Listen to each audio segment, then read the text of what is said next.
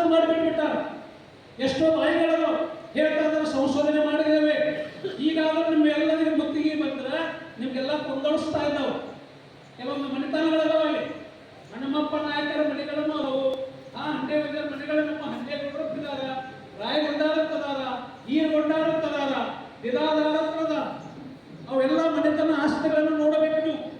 ಎಲ್ಲಪ್ಪ ಅಂದ್ರೆ ಊರು ಹಿಡಿದುಕೊಂಡು ದೋಡಿವರೆಗೆ ಸುತ್ತಮುತ್ತಲು ಊರಿನ ಮುತ್ತಿಗೆ, ಊರಿನ ಸುತ್ತಮುತ್ತಲು ಯಾರೊಬ್ಬ ಜಮೀನಂದ್ರೆ ಹಂಡೆ ವೈದ್ಯರ ಸಮಾಜದ ಜಮೀನುಗಳು ಎಲ್ಲ.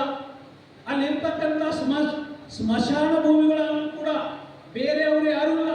ಮಠದ ಏನಪ್ಪ ಅಂತಂದ್ರೆ ಹಂಡೆ ವೈದ್ಯರ ಸಮಾಜದ ಮಠದ ಗುರುಗಳಿಗೆ ಅದಾವಲ್ಲ, ಆ ಗುರುಗಳಿಗೆ ಕೊಟ್ಟಿರ್ತಕ್ಕಂತಹ ಜಮೀನಿನಲ್ಲೇ ಎಲ್ಲ ಸ್ಮಶಾನ ಭೂಮಿಗಳು ಆಗು ಹೋಗಳು ಅಲ್ಲೇ ಆಗ್ತಾ ಇದ್ದಾವೆ. ಅದಕ್ಕೆ ಅಧಿಕಾರ ಇದೆ ಅಲ್ಲಿ.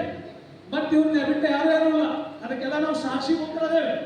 ಮಠ ಮಂದಿರಗಳೆಲ್ಲ ಹಂಡೆ ವೈದ್ಯರ ಸಮಾಜದವರೆಲ್ಲ ಏನ್ ಮಾಡಿದಪ್ಪ ಅಂದ್ರೆ ಅಲ್ಲಿ ಮಠ ಮಂದಿರಕ್ಕೆ ತಮ್ಮದೇ ಆಗಿರ್ತಕ್ಕಂಥ ಗುರುಗಳು, ತಮ್ಮದೇ ಆಗಿರತಕ್ಕಂಥ ಮಣಿ ದೇವರುಗಳೆಲ್ಲ ಬೇರೆ ಬೇರೆ ಬೇರೆ ಮಾಡಿಕೊಂಡಿಲ್ಲ, ಗುರುಗಳೇ ಇಟ್ಕೊಂಡಿದ್ದಾರೆ. ಇವತ್ತ ಬೇರೆ ಸಮಾಜದವ್ರು ಯಾರಾದರೂ ಬಂದು ಅಲ್ಲಿ ಏನಾದರೂ ಜಾಗ ಕೇಳಬೇಕಾದ್ರೆ, ಸ್ಮಶಾನ ಭೂಮಿ ಕೇಳಬೇಕಾದ್ರೆ ನಮ್ಮಲ್ಲೇ ಬಂದು ಕೇಳಬೇಕು. ಅಂತ ಒಂದು ರಾಜ ಮನೆತನದಲ್ಲೆಲ್ಲ ಈಗ ಏನಾಗಿದೆ ಅಂತ ನಿಮ್ಗೆ ಗೊತ್ತೈತಲ್ಲ. ಗೌಡರು ದೊಡ್ಡ ದೊಡ್ಡ ಮಾತು ಹೇಳ್ಬಿಡ್ತಾರೆ, ಎತ್ತೋಗಿರ್ತಾರೆ. ಅದಕ್ಕೆ ನಾವೆಲ್ಲ ಏನಪ್ಪಾ ಅಂತಂದ್ರೆ ಆ ನಡಹಳ್ಳಿ ಸಾಹೇಬರು ಕೆಲವೊಂದು ಮಾತುಗಳನ್ನ ಬಹಳ ಸತ್ಯವಾದ ಮಾತುಗಳನ್ನ ಹೇಳಿದ್ದಾರೆ. ಅವೆಲ್ಲ ಸಂಶೋಧನೆಗಳಾಗಬೇಕಾಗ್ತದ. ಅದಕ್ಕೆ ನಾವೆಲ್ಲ ರೈತರು ಹೌದು ಕೂಡ ರೈತರು ಅದಕ್ಕೆ ಆದಾಯ ತಸ್ಮೆ ನಿಮ್ಮ ಹೆಣ್ಣು ಕಾಲ ಬಂದೇವೆ, ಹೆಂಗೆ ಹೋಗ್ತಾ ಇದ್ದೇವೆ. ಈಗ ನಮ್ಮಲ್ಲಿ ಇರ್ತಕ್ಕಂಥ ಈಗ ಕೂಡ ದೊಡ್ಡ ದೊಡ್ಡ ಜಮೀನುಗಳು ಅವ್ರವ್ರ ಹೆಸರುಗಳ ಜಮೀನು ಅದಾವ. ಈಗೊಂದು ಈ ನಮ್ಮ ವಕೀಲರು, ಕೋರಿ ವಕೀಲರು ಇದಾವ, ಜಮೀನುಗಳದಾವ ಮುತ್ತಿಗೆ. ಅದು ಏನಂತ ಗೊತ್ತಂದ್ರೆ ಈರಮಾರದಾರೆ. ಈರಮಾರದಾರಪ್ಪ ಅಂದ್ರೆ ಅವ್ರು ಈರುಗೊಂಡಾರದು ಪೂರ ಆ ಜಮೀನ. ನಮ್ಮ ಡೋಣಿ ಜಮೀನುಗಳಾಗಲಿ, ಕೆರಿ ಜಮೀನುಗಳಾಗಲಿ, ನಮ್ಮ ಎಲ್ಲ ಹೆಂತಿಂತ ಜಮೀನುಗಳೇ, ಗೌಡಕಿ ಜಮೀನುಗಳು ಎಲ್ಲ ಏನಾಗಿದೆಪ್ಪ ಅಂತಂದ್ರೆ ಇತಿಹಾಸ ಇದೆ. ಅದಕ್ಕೆ ನಮ್ಮ ಇತಿಹಾಸವನ್ನು ನಾವು ಸಂಪೂರ್ಣವಾಗಿ ಕುಳಿತುಕೊಂಡು ನಮ್ಮ ಮಕ್ಕಳಿಗೆಲ್ಲ ಏನಪ್ಪ ಅಂದ್ರೆ ಅದನ್ನ ಕಳಿಸ್ಕೊಡ್ಬೇಕಾದ್ರೆ, ಅದಕ್ಕೆ ನೀವೆಲ್ಲ ಈ ಬಲೆಹಿ ಏನಪ್ಪಾ ಅಂತಂದ್ರೆ ಈ ನಿಡಗುಂದಿ ಹೊಸ ತಾಲೂಕು ಆದ ಮೇಲೆ ಪ್ರಥಮವಾಗಿ ಇದು ಸಮ್ಮೇಳನ ಹಂಚಿಕೊಂಡಿದ್ದೀರಿ.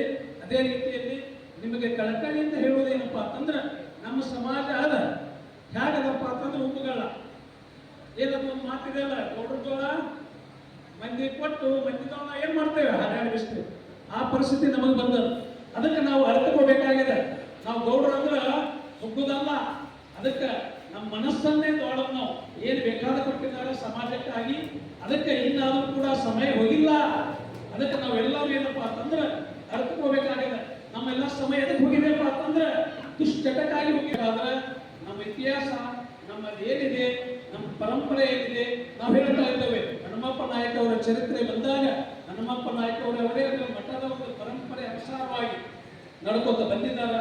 ಅದೇ ರೀತಿ ನಾವದೇ ಕಾರ್ಯಕ್ರಮವನ್ನು ಮಾಡಿದ್ರೆ ಅಚ್ಚುಕಟ್ಟು ಮಟ್ಟವಾಗಿ ಈಗಾಗಲೇ ನೀವೆಲ್ಲ ನೋಡಿದ್ರೆ ಈಗ ಏನಾಗಿದೆಪ್ಪ ಅಂತಂದ್ರೆ ನಾವು ಬೇರೆದವ್ರನ್ನ ಯಾರಾದರೂ ಕರೆಸಿದ್ರೆ ಅವ್ರಿಗೆ ಮಾನ ಸಮ್ಮಾನಕ.